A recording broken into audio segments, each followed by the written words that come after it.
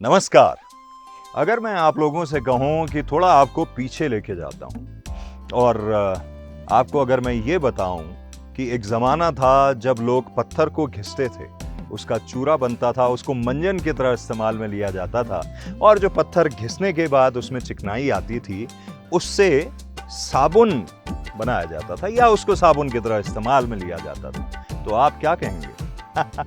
सोचिए और बताइए हमें आप क्या कहेंगे। लेकिन हाँ, ये बात रही पुराने ज़माने की। कहते हैं कि हिंदुस्तान में 1970-80 के आसपास तक तो साबुन, सोप जैसा कोई कॉन्सेप्ट ही नहीं था। बहुत कम लोगों को इसके बारे में जानकारी थी। लेकिन आज समय बदल चुका है। आज तरह-तरह के फ्लेवर वाले साबुन आप लोगों तक पहुंच रहे हैं।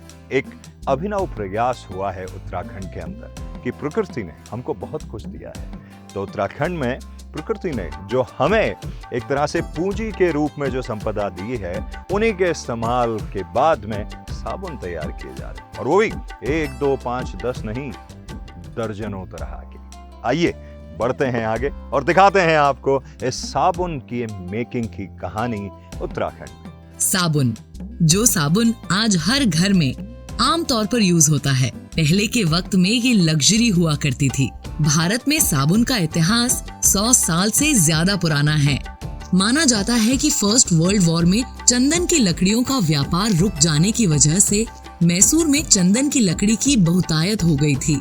उस वक्त वहाँ के राजा ने चंदन की लकड़ी का तेल निकलवाकर साबुन बनवाना शुरू किया, जो सिर्फ भारत ही नहीं बल्कि ब्रिटिश राज परिवारों की भी पहली पसंद बना।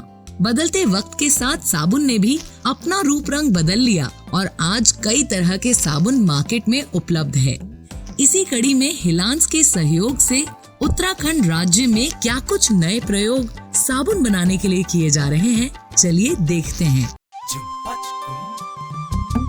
कहीं झरने हैं, कहीं जंगल है, कहीं नदियाँ धारे चंचल है, कच्ची अमिया का चटकारा, आमा का वो आंचल प्यारा, चूल्हा चिमटा आंगन घर का, रिश्ता जैसे जन्म जन्म का, खुशियाँ बटोरे यादें सजाए, वो पल फिर से लौटा लाए, सेहत को दे एक गोल्डन चांस, सीधा पहाड़ों से हिलांस, सीधा पहाड़ों से हिलांस।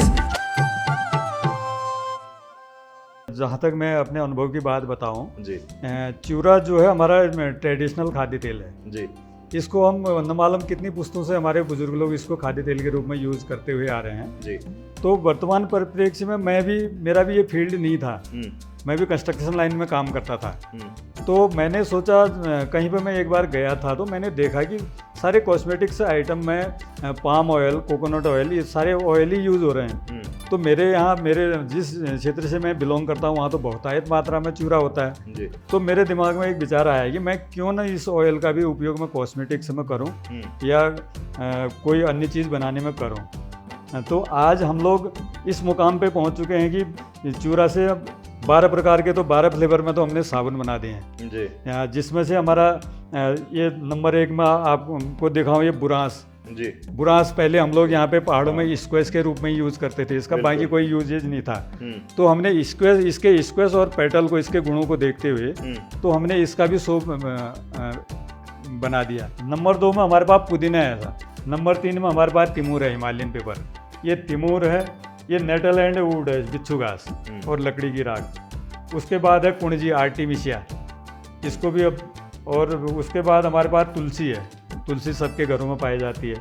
उसके बाद है हमारे पास तेज पत्ता, बे लीफ। उसके बाद है वाइल्ड रोज, जंगली गुलाब। और उसके बाद है हमारे पास जंगली हल्दी, जंगली हल्दी। उसके बाद है हमारे पास आंवला, ऑरेंज और खुबानी चूर्ण, एप्रिकॉट स्क्रब। इतने प्रकार के साबुन हैं। ये इसके अंदर आप इनको बनाते हैं? बिल्कुल, ये हमारे सिलिकॉन मोल्ड हैं जी।